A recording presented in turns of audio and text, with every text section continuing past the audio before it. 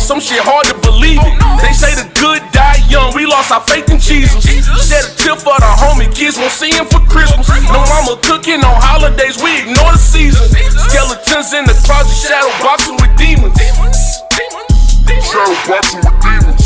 Skeletons in the closet, shadow boxing with demons. Shadow boxing with demons. No stimulus. Breaking news, guys.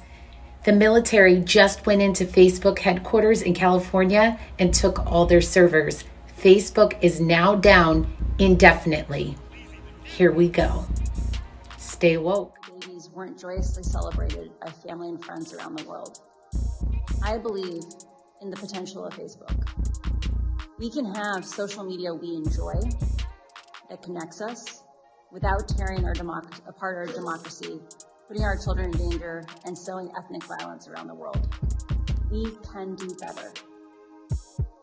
I have worked as a product manager at large tech companies since 2006, including Google, Pinterest, Yelp, and Facebook. My job has largely focused on algorithmic products like Google Plus Search and recommendation systems like the one that powers the Facebook newsfeed. Having worked on 4 different types of social networks, I understand how complex and nuanced these problems are. However, the choices being made inside of Facebook are disastrous for our children, for our public safety, for our privacy, and for our democracy. And that is why we must demand Facebook make changes. During my time at Facebook, first working as the lead product manager for civic misinformation, and later on counter-espionage, I saw Facebook repeatedly encounter conflicts between its own profits and our safety.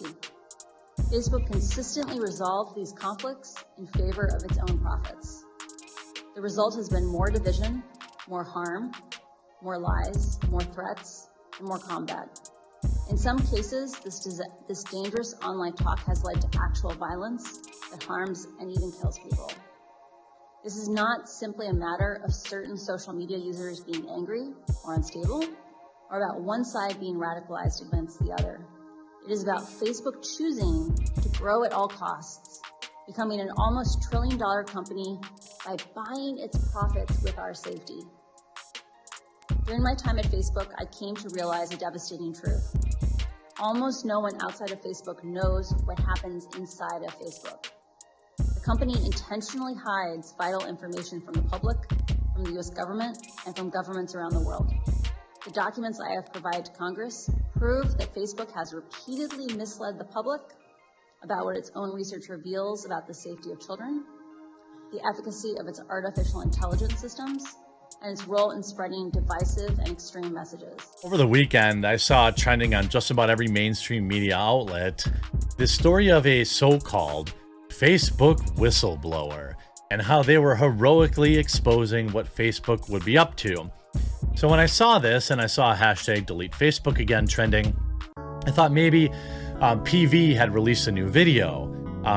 But it turns out this tight-lipped individual, to me, seems like a fraud. Seems like a plant. Seems like a pro-censorship shill that is getting promoted by mainstream media. I want people to be careful about getting in, on this person's side because it's very questionable. So there were 9 horrifying facts from Facebook whistleblower's new 60 Minutes interview.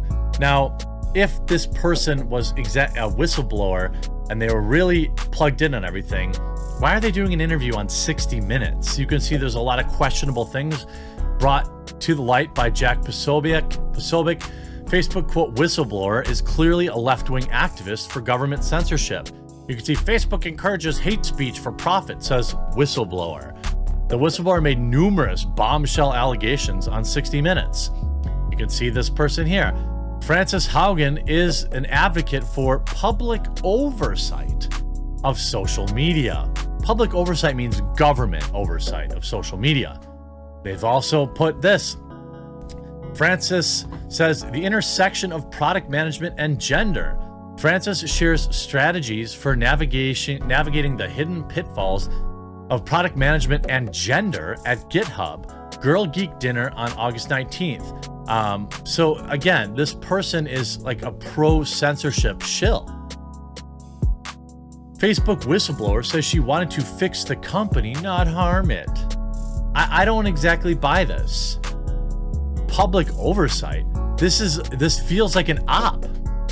And it's getting branded like she's some brave soldier, but what this is, it's mainstream media just attaching their already insane push for censorship to a private citizen because they think that will work. You can see even right now, it's still hashtag delete Facebook, trending on Twitter. I don't know if I clicked on this last night, but like, I don't get it. Oh, it's mostly because Facebook and Instagram are down and WhatsApp are all down right now. You see here, this clip gives it away. Miss Haugen says she joined Facebook because she had lost a friend to conspiracy theories, and that Facebook's decision to recognize/disband their civic integrity, quote-unquote censorship, unit where she worked resulted in everything that happened back in January the 6th. Are you joking? This is a total op, in my opinion. She's just parroting the normal mainstream media pro-censorship opinions. Don't be fooled by this. By the way, if you enjoy my coverage, please make sure you click that red subscribe button down below if you're watching on YouTube. If you're watching on BitChute or Odyssey or Rumble, they all have subscribe features too. Support alt tech as much as reasonable, and I appreciate you watching wherever you're watching. I played the clip, but both times I tried playing this clip, it got claimed, but you can watch it for yourself. It's just another weirdo that says, oh, it was all coordinated attempt to overthrow the democracy. No, it wasn't. It was a bunch of people who got together and got out of hand. Just like the many Summer of Love events that were also not okay, but for whatever reason, the government didn't want to, try to stop that. You can see 60 Minutes decided that an earth-shattering scoop that they found a Facebook, quote, whistleblower who complains that Facebook is not censoring enough.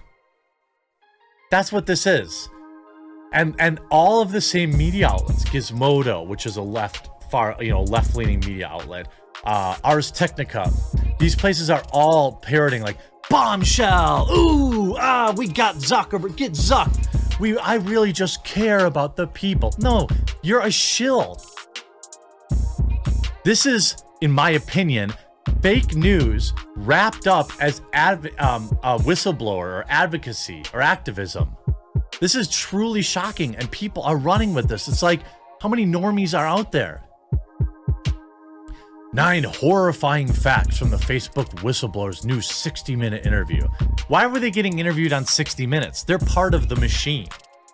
Oh, wait a minute. She was promoting the exact same opinion that 60 Minutes has? Oh, what a coincidence! Last week, the Wall Street Journal published an internal research from Facebook showing that its social media site knows precisely how toxic its own product is for the people who use it. Duh, everybody knows that.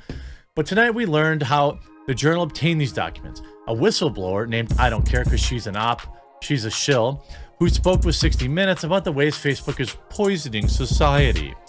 The 37-year-old whistleblower liberated tens of thousands of pages of documents from Facebook and even plans to testify to Congress at some point this week with the same far left pro-censorship talking points that we're already hearing from the very same people who are promoting this.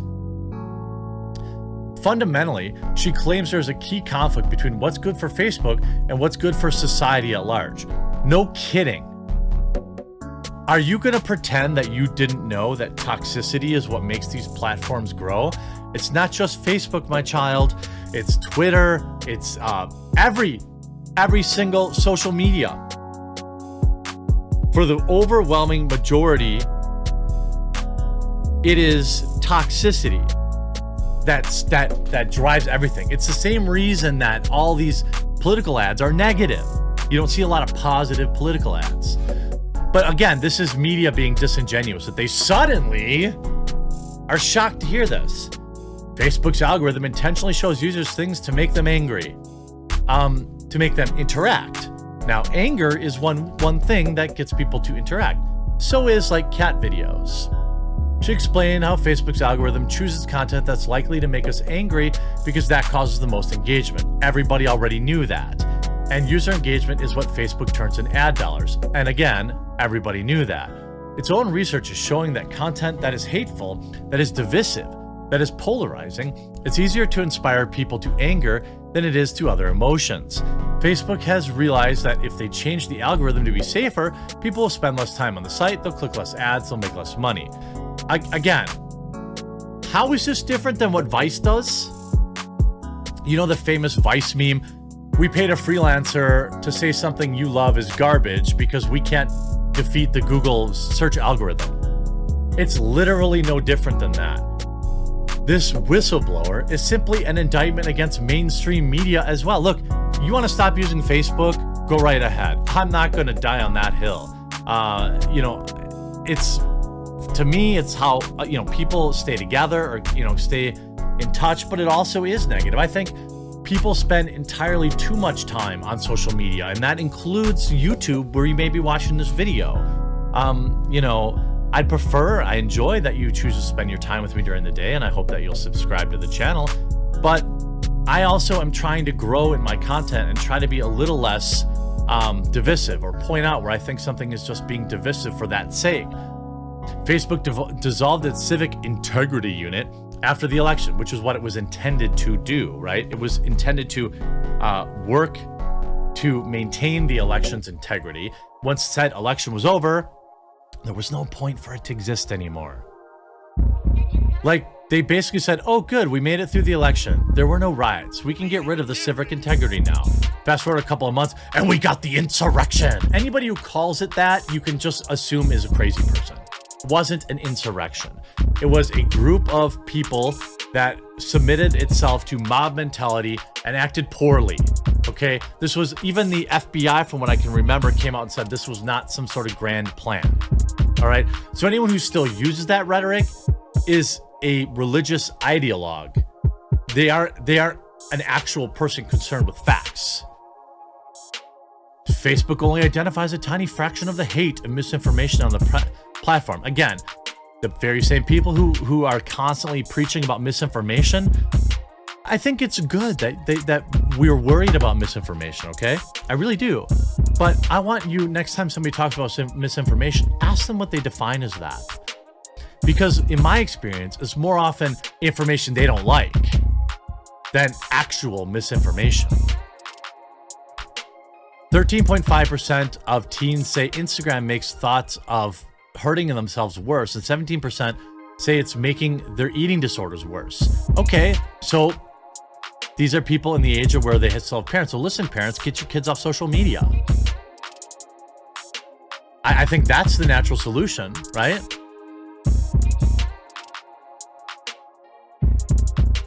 Employees at Facebook aren't necessarily evil. They just have perverse incentives. Oh, okay. All right, I get it. Their incentives are to make money, not to police the content that people put. But that's not what this whistleblower wants. Take a look at who's propping up this whistleblower. Okay? And then ask yourself if you really think this person is interested in blowing the whistle on Facebook, or just furthering the existing pro-censorship, anti-free speech that we're already hearing from the far left. And ask yourself if you think this person is a plant, because in my opinion, this person is definitely just a political ideologue who wants more censorship, and everyone's pretending that there's some sort of bold, brave hero. They're no hero. If it's on CNN's front page like it is right now, that just speaks volumes as to whose side she's on. Probably good to leave it at that point. If you enjoyed this video, make sure you leave a like on it. If you haven't yet, please make sure you subscribe, and we'll talk to you again real soon.